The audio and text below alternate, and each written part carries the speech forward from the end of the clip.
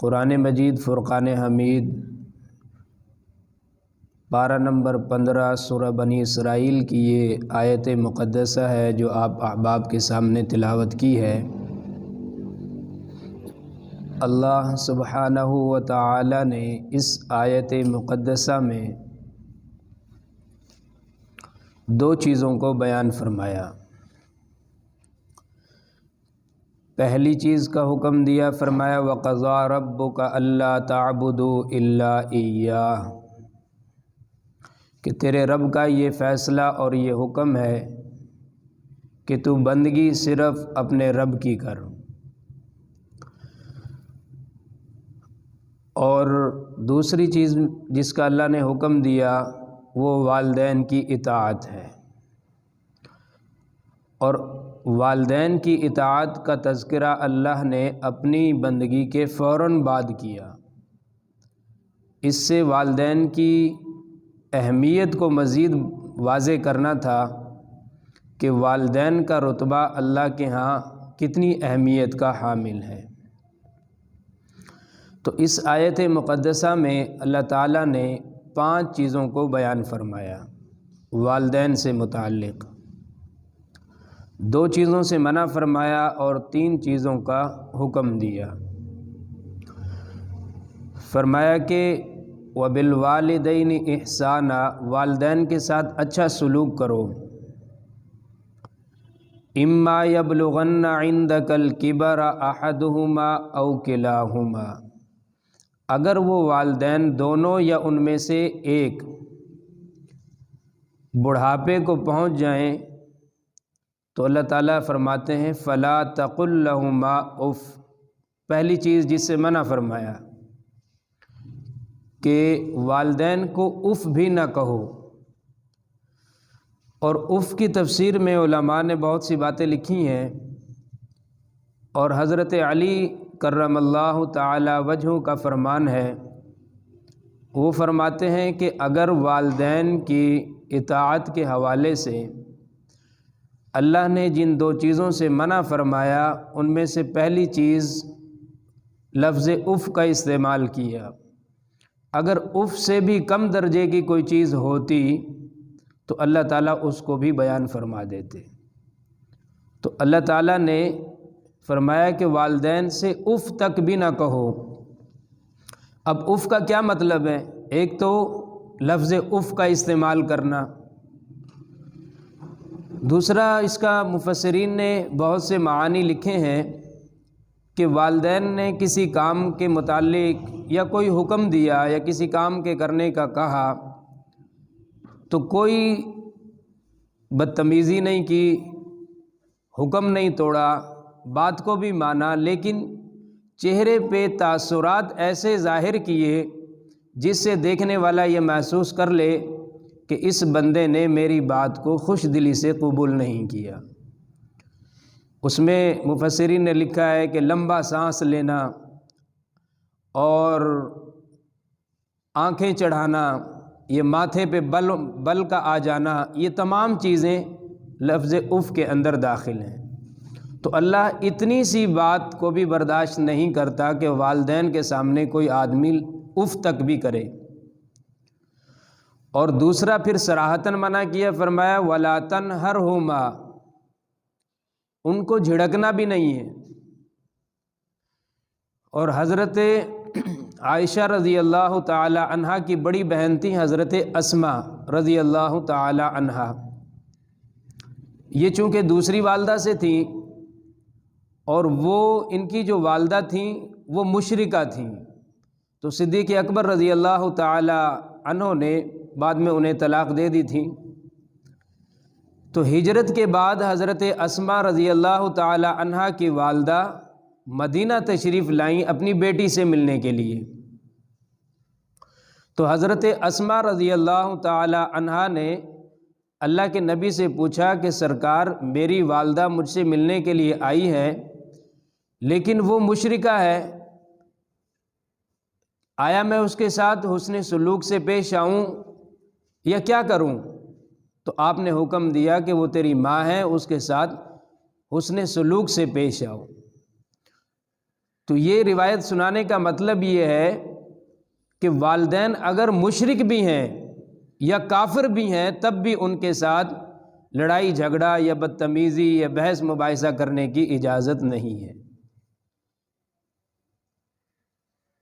تو 2 چیزوں سے اللہ نے منع فرمایا اور 3 چیزوں کے کرنے کا حکم دیا۔ پہلی چیز فرمایا وَقُلْ لَهُمَا قَوْلًا كَرِيمًا، جب بھی والدین سے بات کرنی ہو تو انتہائی نرم لہجے میں عزت اور آداب کو ملحوظ خاطر رکھتے ہوئے ماں باپ کے ساتھ گفتگو کرنی ہے۔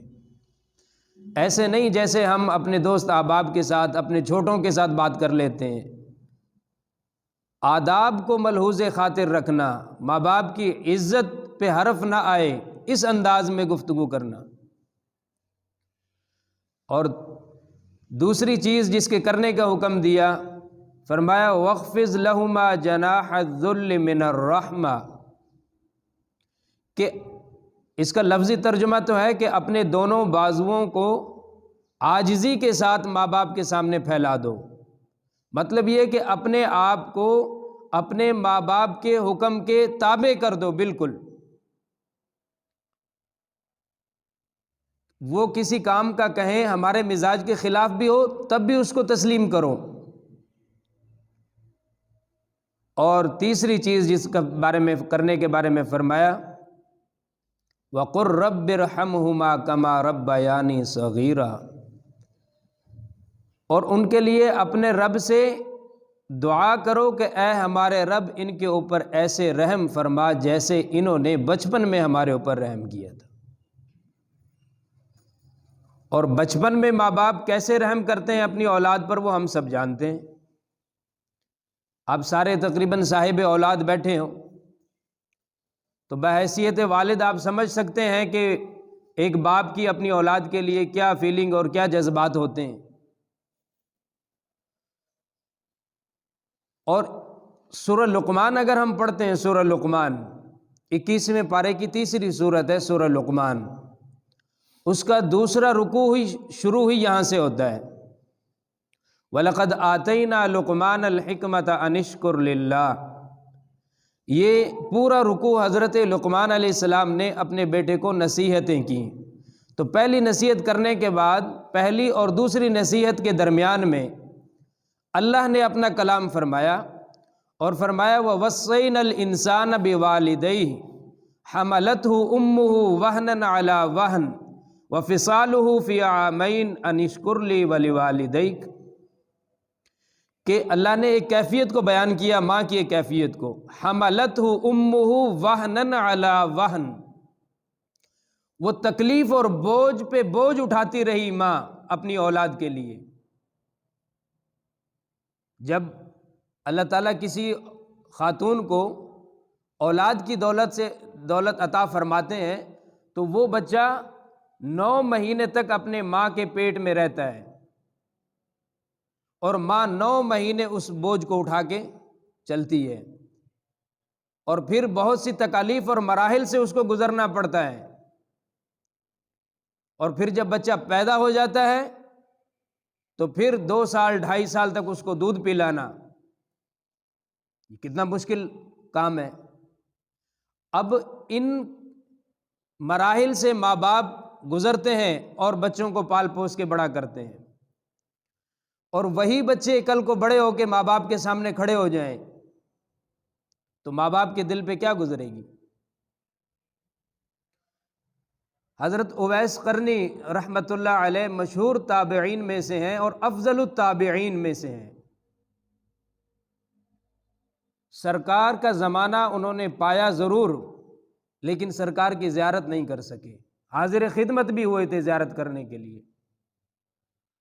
توجہ رکھنا اس واقعے میں کہ ایک طرف امام الانبیاء کی زیارت ہے، نبی سے بڑھ کر تو کوئی چیز نہیں نہ ہوتی، اور پھر نبی بھی امام الانبیاء ہو تو اس کے تو کیا ہی کہنے، اور دوسری طرف ماں ہے اویس قرنی رحمۃ اللہ علیہ کی، ماں نابینا بھی ہے اور فالج زدہ بھی ہے، اور اللہ کے نبی نے نبوت کا اعلان کیا، یمن کے رہنے والے اویس قرنی جب ان کے کان میں اللہ کے نبی کی نبوت کی آواز پڑی تو ماں سے روز کہتے تھے اماں جی میں اس نبی کا دیدار نہ کر لوں۔ کلمہ پڑھ لیا، مسلمان ہو گئے۔ وہاں کے ان کے علاقے کے جو لوگ آتے تھے بتاتے تھے، مسلمان ہو گئے۔ تو ماں سے کہتے تھے اماں جی میں جانا چاہتا ہوں۔ ماں کہتی کہ بیٹا میری تجھے پتہ ہے میں نابینا بھی ہوں، فالج زدہ بھی ہوں، اور تیرے علاوہ میری خدمت کرنے والا کوئی نہیں۔ یمن کہاں اور مدینہ کہاں؟ تو جب بار بار اصرار کیا حضرت اویس قرنی نے، تو ماں نے کہا کہ بیٹا اچھا ٹھیک ہے چلے جاؤ، اگر گھر پہ مل جائیں تو ملاقات کر لینا، اگر نہ ملیں تو انتظار مت کرنا، اس لیے کہ میرا گزارا نہیں ہوگا پھر۔ یعنی گھر پہ اگر ہوں تو مل لینا، اگر وہ کہیں سفر پہ یا کہیں اور کسی جگہ پہ تشریف لے گئے ہیں تو پھر ویٹ نہ کرنا۔ اماں جی ٹھیک ہے۔ تشریف لائے، دروازے پہ دستک دی، پوچھا اماں جی اللہ کے نبی گھر میں موجود ہیں؟ تو حضرت عائشہ رضی اللہ تعالی عنہ نے فرمایا کہ نہیں گھر پہ تو نہیں ہے، باہر کہیں گئے ہوئے ہیں۔ اچھا جب آئیں تو میرا سلام کہہ دینا۔ اپنا نام بتایا، کہا جی میں یمن سے آیا ہوں، یمن کا ایک قبیلہ ہے قرن، مراد ایک قبیلہ ہے، اس کی ایک شاخ ہے قرن، وہاں سے ان کا تعلق تھا حضرت اویس قرنی رحمۃ اللہ علیہ کا۔ اللہ کے نبی جب اب اتنا انہوں نے سلام کیا اور اپنا تعارف کروایا کہ جی میں فلاں ہوں، اور اللہ کے نبی آئیں تو بس میرا یہ پیغام دے دینا، اور واپس چل دیے۔ سرکار جب گھر تشریف لائے تو آپ نے پوچھا کہ دونوں باتیں ملتی ہیں، یا آپ نے پوچھا یا جب آپ گھر میں تشریف لائے تو اماں جی نے بتایا کہ ایک شخص آئے تھے آپ سے ملنے کے لیے، اویس ان کا نام تھا، یمن کے رہنے والے تھے۔ تو آپ نے یہ نہیں فرمایا کہ بھائی میں امام الانبیاء ہوں اور میرے بغیر تو کائنات کا نظام ہی نہیں چل سکتا، اور حقیقت میں نہیں چل سکتا، جو وجہ تخلیق کائنات ہو، لیکن اللہ نے ماں کے مقام کو سمجھانا تھا، تو آپ نے یہ کوئی ناراضگی کا اظہار نہیں فرمایا، بلکہ آپ نے ایک موقع پہ حضرت اویس قرنی کے متعلق فرمایا کہ تم میں سے کوئی جائے اور اویس قرنی سے میری امت کی بخشش کے لیے دعا کروائے۔ اور پھر آپ نے امیر المومنین حضرت عمر ابن خطاب اور حضرت علی رضی اللہ تعالی عنہما سے فرمایا کہ اگر تمہاری اویس سے ملاقات ہو تو میری امت کی بخشش کے لیے دعا ضرور کروانا ان سے، اس لیے کہ انہوں نے ماں کی اتنی خدمت کی ہے کہ وہ جب بھی ہاتھ اٹھاتے ہیں اللہ کبھی ان کے ہاتھوں کو خالی نہیں لوٹاتا۔ صحابی کا درجہ نہیں ملا ماں کی خدمت کی وجہ سے، لیکن اللہ کے نبی نے کیا دعا دی کہ جو بھی ملے اویس سے میری امت کی بخشش کے لیے دعا کروائے۔ پھر وہ وقت آیا کہ امیر المومنین عمر ابن خطاب اپنے دور خلافت میں ہر سال پوچھتے تھے اب بھائی یمن کے کوئی آئے ہیں لوگ، تو جو یمن سے لوگ حج یا عمرہ کرنے آتے تھے ان سے پوچھتے تھے بھائی تم میں کوئی اویس ہے؟ کوئی نہیں ہے جی۔ ایک مرتبہ سب کو جمع کیا تو پوچھا کہ بھائی تم میں سے کوئی اویس نامی کوئی شخص ہے؟ انہوں نے کہا کہ جی آپ اس کے بارے میں ہر سال پوچھتے ہیں تو آخر وجہ کیا ہے؟ انہوں نے کہا تم یہ بتاؤ کہ وہ اس سال حج پہ آیا ہے یا نہیں آیا؟ کہا جی آیا ہے۔ کہا کہاں پہ ہے؟ کہا جی وہ عرفات میں اپنے اونٹ چرا رہا ہے، وہ تو ایک دیوانہ سا لڑکا ہے، آپ اس کے بارے میں کیوں اتنی تحقیق میں پڑے ہوئے ہیں؟ تو امیر المومنین نے فرمایا وہ کوئی عام شخص نہیں ہے، اللہ کے نبی نے اس کے متعلق فرمایا تھا کہ اگر اس سے ملاقات ہو تو میری امت کی بخشش کے لیے دعا کروانا کہ اللہ اس کے ہاتھوں کو خالی نہیں لوٹاتا۔ ماں کی خدمت پہ یہ مقام ملا۔ اور یہ ابھی ہم لوگ جمعے میں کٹھے ہوئے ہیں اور دیگر نمازیں ہم پڑھتے ہیں، قرآن پڑھتے ہیں، درود پاک پڑھتے ہیں، تسبیحات پڑھتے ہیں، دیگر عبادات جس شکل میں بھی کرتے ہیں، کسی سے پوچھو بھائی یہ کیوں کرتے ہو؟ اللہ راضی ہو جائے جنت میں چلے جائے، یہی مقصد ہے نا ہمارا کہ بھئی اللہ راضی ہو جائے جنت میں چلے جائیں، جہنم سے بچ جائیں۔ ایک صحابی نے پوچھا کہ سرکار کہ ماں باپ کی کیا ویلیو ہے ہمارے لیے؟ آپ نے فرمایا ہما جنتو کا و نارو کا، وہ دونوں تیرے لیے، تیری جنت بھی ہیں اور تیری جہنم بھی ہے، کہ اگر تو نے ان کی خدمت کی تو تیرے لیے جنت ہے، اور اگر تو نے ان کا دل توڑ دیا تو تیرے لیے وہ جہنم بن جائیں گے۔ اور ایک صحابی رسول سرکار کی خدمت اقدس میں حاضر ہوتے ہیں اور آ کے اپنے ہی باپ کی شکایت کر دی اللہ کے نبی سے کہ سرکار میرے جو والد ہیں، محنت میں کرتا ہوں، پیسہ میں کماتا ہوں، اور میرے والد مجھ سے پوچھے بغیر میرا مال خرچ کر دیتے ہیں، تو آپ ان کو تھوڑا سا سمجھائیے۔ اور اس واقعے کو سنانے سے پہلے میں ایک چھوٹی سی ایک بات اور سنا دوں آپ کو۔ ایک باپ اور بیٹا دونوں جا رہے تھے، تو باپ ضعیف العمر تھا اور بیٹا جوان ہو چکا تھا، تو باپ نے بیٹے سے پوچھا، سامنے دیوار پہ ایک پرندہ بیٹھا ہوا تھا، تو باپ نے بیٹے سے پوچھا بیٹا یہ دیوار پہ کیا بیٹھا ہے؟ تو بیٹے نے اپنے باپ سے کہا ابا جی یہ پرندہ ہے۔ باپ نے دوبارہ پوچھا کہ تھوڑی دیر کے بعد کہ بیٹا یہ دیوار پہ کیا ہے؟ تو بیٹے نے کہا ابا جی یہ پرندہ ہے۔ تھوڑی دیر کے بعد باپ نے تیسری مرتبہ پوچھا کہ بیٹا یہ دیوار پہ کیا چیز بیٹھی ہے؟ تو اب بیٹے کے لہجے میں سختی آئی، اس نے کہا ابا جی آپ کو 2 دفعہ تو پہلے بتایا ہے کہ یہ پرندہ ہے۔ تو باپ نے کہا بیٹا جب تو چھوٹا تھا نا، میری گود میں تھا، تو 1000 مرتبہ بھی کسی چیز کا سوال کرتا تھا نا، میرے ماتھے پہ بل نہیں آتا تھا کبھی، میں خوش ہو کے تیری بات کا جواب تیرے لہجے میں دیتا تھا جیسے تو بولتا تھا۔ میں نے صرف 2-3 مرتبہ تیرے سے پوچھا تو تیرا لہجہ تبدیل ہونا شروع ہو گیا۔ اور حقیقت میں ایسا ہی ہوتا ہے، ہر آدمی اپنی زندگی کا جائزہ لے کے دیکھے اور پھر اپنی ماضی کو پلٹ کے دیکھے کہ جب میرے اوپر بچپنا تھا میرے ماں باپ نے کیسے مجھے پالا، اور اب میرا اپنے ماں باپ کے ساتھ رویہ کیا ہے۔ تو وہ صحابی رسول آ کے باپ کی شکایت کر رہے ہیں کہ سرکار میرے والد میری اجازت کے بغیر مال خرچ کر دیتے ہیں۔ آپ نے فرمایا جاؤ اپنے باپ کو بلا کے لاؤ۔ اپنے والد کو بلانے کے لیے گئے تو باپ نے پوچھا کہ خیریت تو ہے؟ تو بتایا کہ جی وہ آپ مال جو ہے وہ میرا اجازت کے بغیر آپ استعمال کر لیتے ہو، تو میں نے اللہ کے نبی سے اس کی شکایت کی ہے، اسی سلسلے میں آپ کو طلب کیا ہے۔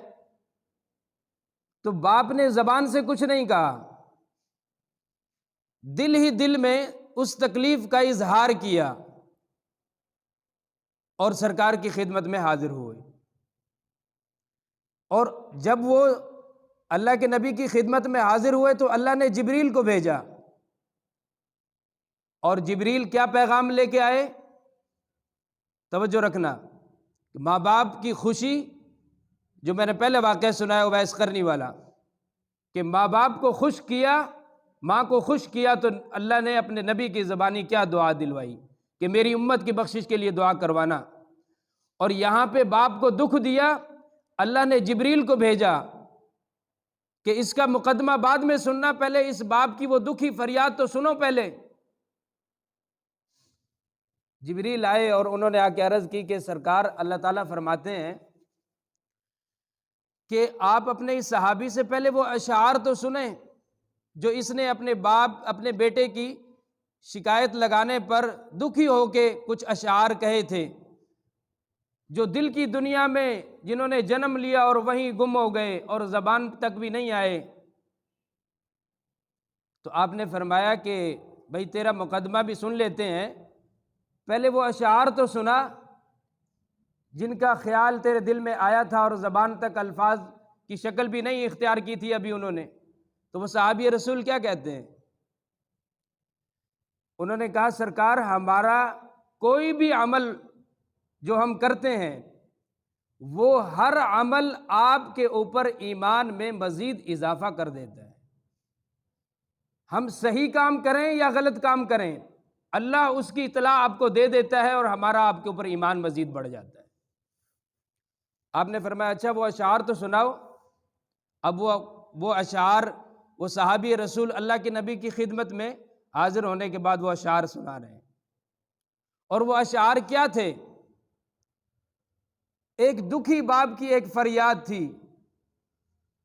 تو باپ کہنے لگے کہ سرکار، جب مجھے پتہ چلا نا کہ میرے بیٹے نے آپ سے میری یہ شکایت کی ہے کہ میں اس کی اجازت کے بغیر اس کا مال لے لیتا ہوں، تو مجھے بڑا دکھ ہوا۔ تو میں نے اس دکھ کا اظہار اپنے دل کی دنیا میں کیا اور یوں کہا، غزوتک مولودا ومنتک یافعا تعل بما اجنی علیک وتنحل اذا لیلة ضافتک بالسقم لم ابت لسقمک الا ساہرا اتململ کأنی انا المتروق دونک بالذی طرقت به دونی فعینی تحمل نخاف الردى نفسی علیک وانہا لتعلم ان الموت وقت مؤجل فلما بلغت السن والغایة التي الیہا مدى ما كنت فیک اؤمل جعلت جزائی غلظة وفظاظة كأنك انت المنعم المتفضل فلیتک اذا لم ترع حق ابوتی فعلت كما الجار المساقب يفعل فأولیتنی حق الجوار ولم تکن علی بمال دون مالک تبخل۔ اور ان تمام اشعار کا ترجمہ یہ ہے، خلاصہ ان کا یہ ہے کہ میرے بچے، جب میں نے تیرا مال تیری اجازت کے بغیر لیا نا، اگر تم مجھے اپنا باپ نہیں سمجھ سکتا تھا تو کم از کم مجھے ایک پڑوسی ہی سمجھ لیتا کہ ایک پڑوسی کا بھی پڑوسی کے اوپر حق ہوتا ہے۔ پر تو نے تو باپ چھوڑ مجھے پڑوسی بھی نہیں سمجھا، پڑوسی کا درجہ بھی نہیں دیا، اور تو نے جا کے اللہ کے نبی سے میری شکایت کر دی۔ اور تو نے یہ نہیں دیکھا کہ جب تو پیدا ہوا تھا تو میں نے تیرے ساتھ کیا کیا تھا۔ میں نے جس دن تو نے دنیا میں آنکھ کھولی، میں نے اسی دن اپنے لیے جینا چھوڑ دیا تھا۔ میری ہر خوشی تیری خوشی سے جڑی ہوئی تھی، ہر غم تیرے غم سے جڑا ہوا تھا۔ تو ہنستا تھا تو ہم ہنستے تھے، تو روتا تھا تو ہم روتے تھے، بیمار تو ہوتا تھا تکلیف ہمیں ہوتی تھی۔ میں تیرے لیے تازہ روٹی اور دودھ مہیا کرنے کے لیے سارا دن گرمی اور سردی سے لڑتا تھا کہ میرے بچے کو تازہ روٹی اور دودھ وقت پہ ملے۔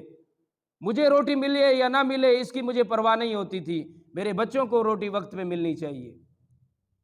پھر وقت نے ایسا پلٹا کھایا کہ آہستہ آہستہ تو جوان ہوتا گیا، تیری ہڈیاں مضبوط ہوتی گئیں، تیری چھاتی پھیلتی گئی، اور تیرے اوپر جوانی کا عروج تھا، اور میرا حال یہ تھا کہ میری ہڈیاں کمزور ہوتی گئیں اور میری کمر بجائے سیدھی ہونے کے جھکنا شروع ہو گئی، اور تو اس قابل بنا کہ تجھے کسی کے سہارے کی ضرورت نہیں، اور میں اس قابل ہو گیا کہ میں بغیر سہارے کے چل نہیں سکتا۔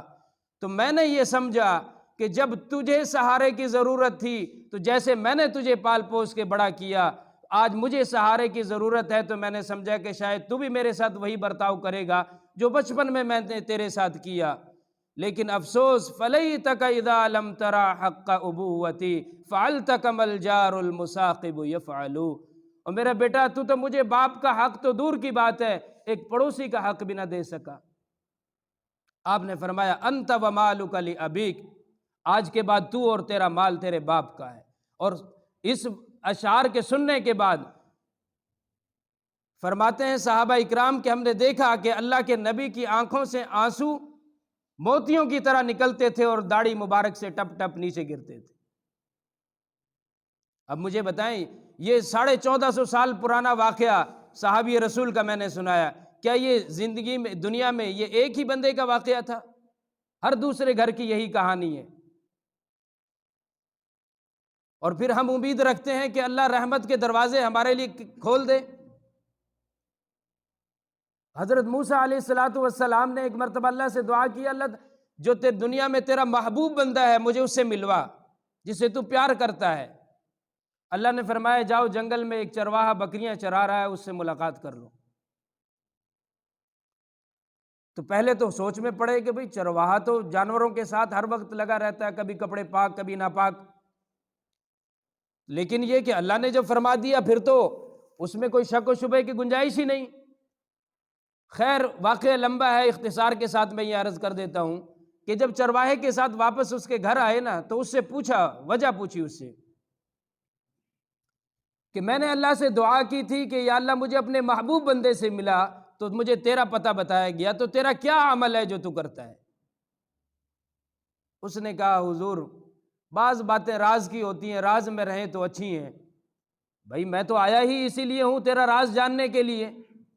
کہا اچھا پھر آپ میرے ساتھ تشریف لائیے۔ ایک کمرے کا دروازہ کھولا، اس کو تالا لگایا ہوا تھا، وہ تالا کھولا تو اندر اس کمرے کے اندر اس کے ماں باپ زنجیروں میں بندھے ہوئے تھے اور ان کی شکلیں تبدیل ہوئی پڑی تھیں، شکل تبدیل ہو گئی اور نیچے والا دھڑ انسان کا ہے۔ موسیٰ علیہ السلام حیران ہوئے، یہ کیا ہے؟ کہ یہ میرے ماں باپ ہیں۔ تو ان کو زنجیروں سے باندھا ہوا ہے، کمرے میں بند کیا ہوا، یہ کیوں کیا ہوا ہے؟ سرکار انسان تھے نا، تو غلطی ہو گئی تھی ان سے کوئی، اللہ کا عذاب آیا، اللہ نے شکلیں بدل دیں۔ اب باہر نکلیں تو لوگ مجھے بھی ذلیل کرتے ہیں، ان کو بھی تنگ کرتے ہیں، اس لیے میں صبح اپنے ان ماں باپ کو کھلا پلا کے ان کا پیشاب واش روم سب کروا کے ان کو کمرے میں اور جو ان کو ضرورت کی چیزیں ہوتی ہیں دے جاتا ہوں، کمرہ بند کر کے چلا جاتا ہوں تاکہ لوگ ان کو پریشان نہ کریں۔ شام کو جب گھر پلٹتا ہوں تو اپنے جانوروں کو ان کی جگہ پہ بند کرنے کے بعد سب سے پہلے اپنے ماں باپ کو کھانا کھلاتا ہوں۔ آپ نے فرمایا کہ بس تیرا یہی عمل اللہ کے ہاں اتنا مقبول ہوا کہ اللہ نے تجھے اپنا محبوب بنا لی۔ سوچو ماں باپ کی شکلیں بدلی ہوئی ہیں، اور ایسے ماں باپ جو اللہ کے ہاں نافرمان ٹھہرے ان کی خدمت کرنے سے جو بندہ اللہ کا محبوب بن سکتا ہے۔ ہمارے ماں باپ کے ساتھ تو اللہ نہ کرے کسی کے ماں باپ کے ساتھ بھی یہ معاملہ ہو، لیکن یہ ہمارے ماں باپ کے ساتھ تو یہ معاملہ نہیں ہے۔ اگر ہم اپنے ماں باپ کے ساتھ حسن سلوک اور اچھے رویے سے پیش آئیں گے تو سوچو اللہ کے ہاں ہمارا کیا مقام ہوگا۔ تو ہم کوشش کریں اپنے ماں باپ کے ساتھ اپنا رویہ بہتر رکھیں، اپنی ہمت کے مطابق اپنے ماں باپ کے ساتھ ان کے آداب کو، ان کی خدمت کو ملحوظ خاطر رکھیں۔ بعض لوگ کہتے ہیں کہ جی بیوی بچوں کا بھی تو حق ہے، بیوی بچوں کا حق اپنی جگہ پہ ہے، ماں باپ کا حق اپنی جگہ پر ہے۔ ماں باپ کی وجہ سے بیوی بچوں کے حقوق نہ ضائع کرو، بیوی بچوں کی وجہ سے ماں باپ کے حقوق ضائع نہ کرو، دونوں رشتوں میں بیلنس رکھو کہ ماں باپ کو ماں باپ کا حق دو، بیوی بچوں کو بیوی بچوں کا حق دو۔ بعض والدین کی محبت میں اتنے آگے نکل جاتے ہیں کہ بیوی کے حقوق ضائع کر دیے، اور بعض بیوی بچوں میں کی محبت میں اتنے آگے نکل جاتے ہیں کہ ماں باپ کی پرواہ نہیں کرتے۔ تو دونوں کے اپنی اپنی جگہ پہ حقوق ہیں، دونوں کے حقوق ادا کرو۔ پھر ایک اور حدیث میں آپ کی خدمت میں عرض کرتا ہوں کہ ماں باپ تو سدا سب کے نہیں بیٹھے رہتے، آخر تو دنیا کا نظام ہے کہ اللہ تعالیٰ فرماتے ہیں کل نفس ذائقۃ الموت، ہر ذی روح چیز نے موت کا ذائقہ چکھنا ہے۔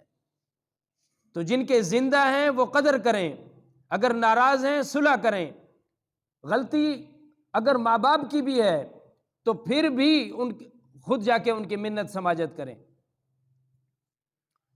لیکن اگر ماں باپ دنیا سے رخصت ہو گئے، ایک صحابی نے اللہ کے نبی سے پوچھا، حضرت اسید ساعدی رضی اللہ تعالیٰ عنہ کے صحابی رسول ہیں، وہ روایت کرتے ہیں کہ ہم سرکار کی خدمت میں بیٹھے ہوئے تھے، ایک شخص حاضر خدمت ہوئے اور عرض کی کہ سرکار میرے والدین دنیا سے رخصت ہو گئے، کیا والدین کے دنیا سے رخصت ہونے کے بعد ان کی اولاد پر ان کا کوئی حق باقی رہتا ہے؟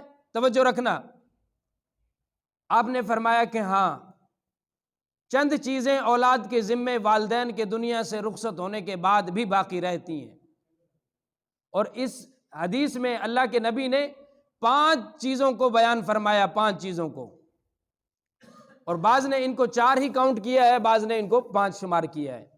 پہلی چیز، اگر والدین دنیا سے رخصت ہو جائیں تو اولاد کے ذمے کیا ہے؟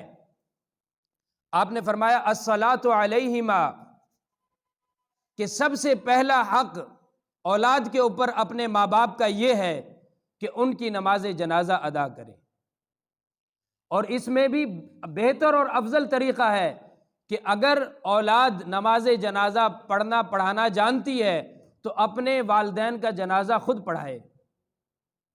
بدقسمتی ہماری یہ ہے کہ اپنا باپ فوت ہو گیا اور مسجد میں آ کے قاری صاحب سے کہتے ہیں کہ والد صاحب فوت ہو گئے، جنازہ پڑھانا ہے، اور حق آپ کا تھا، بیٹے آپ ہو، آپ کو جنازہ پڑھانا چاہیے تھا اپنے والد کا، لیکن یہ بیٹا اپنے باپ کا جنازہ کیوں نہیں پڑھا رہا؟ اس لیے کہ وہ جنازہ پڑھانے کا اہل نہیں ہے، اس کو پتہ ہی نہیں ہے۔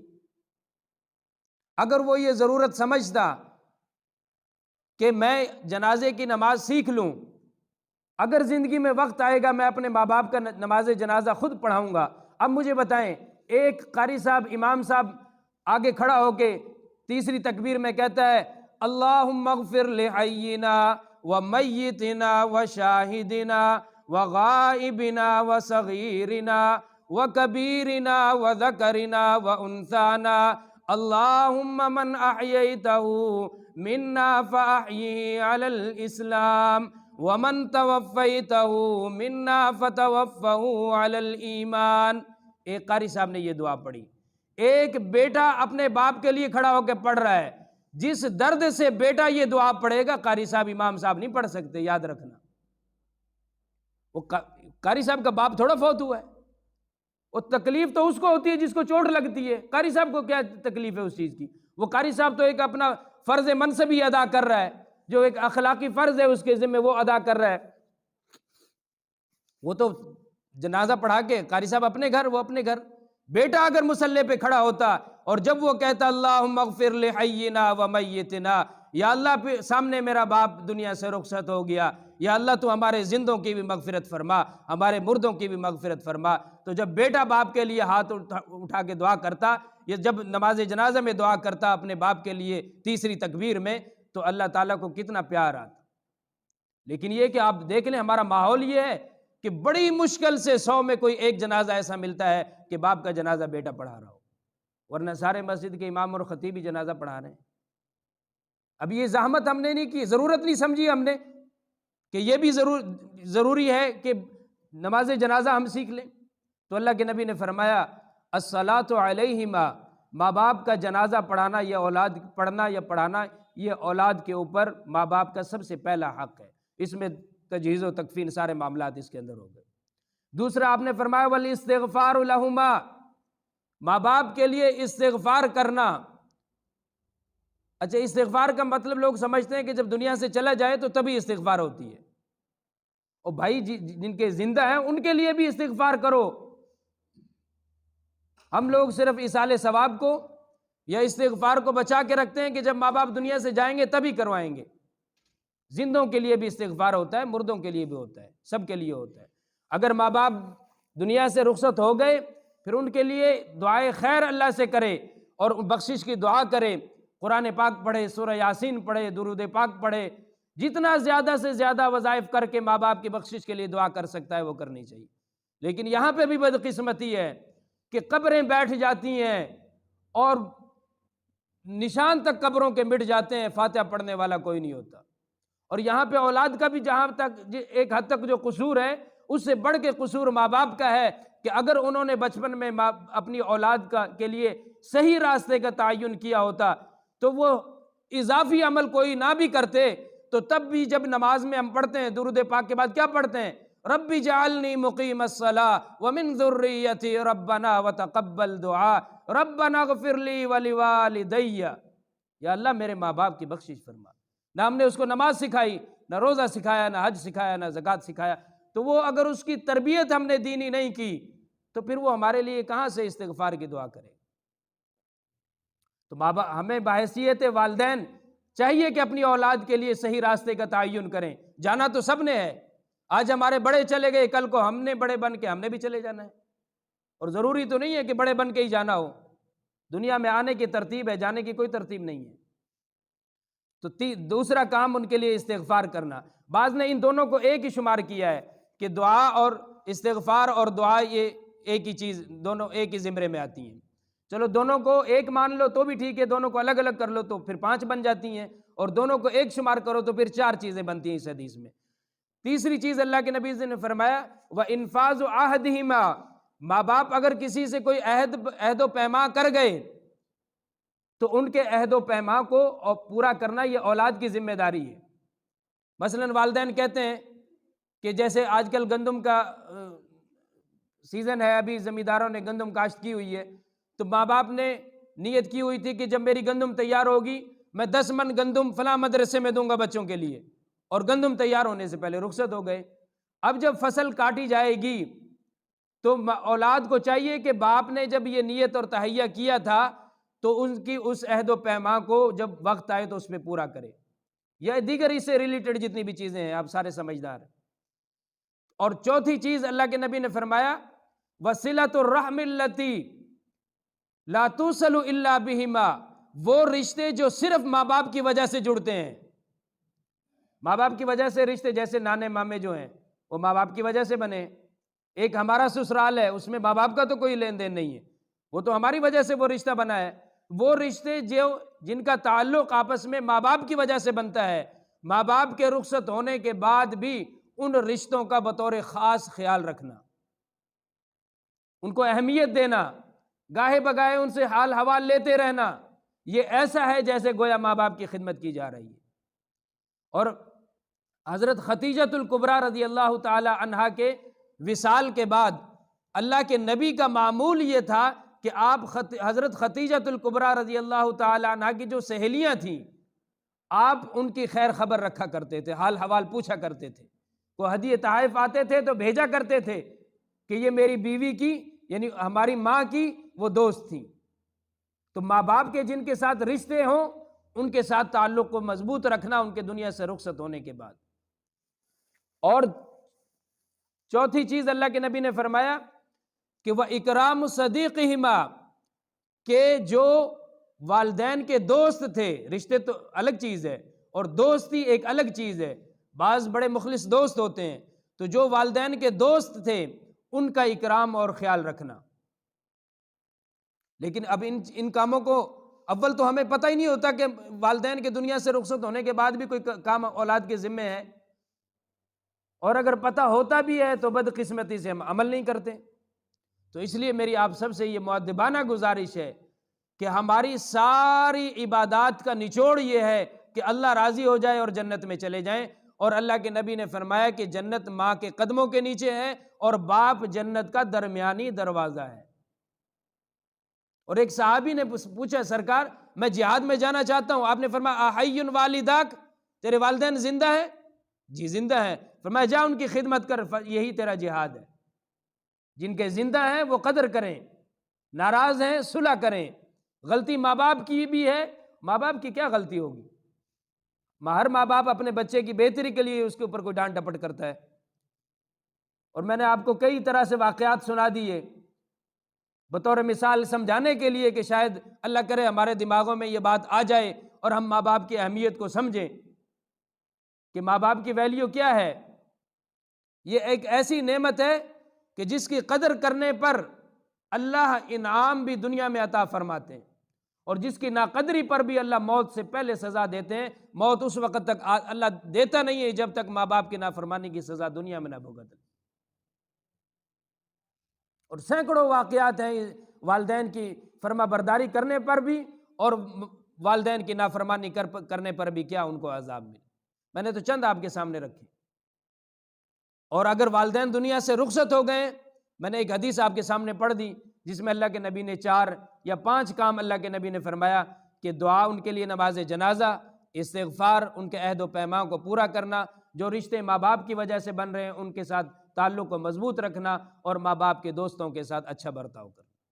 تو میری اللہ تعالیٰ سے دعا ہے کہ اللہ تعالیٰ ہم سب کو، جن کے والدین حیات ہیں، ہم سب کو اپنے والدین کا فرما بردار بنائے، اور جن کے دنیا سے رخصت ہو گئے اللہ تعالیٰ ہمیں یہ 4 یا 5 کام جو میں نے حدیث میں بتائے، اللہ تعالیٰ ان کے مطابق ہمیں عمل کرنے کی توفیق نصیب فرمائے۔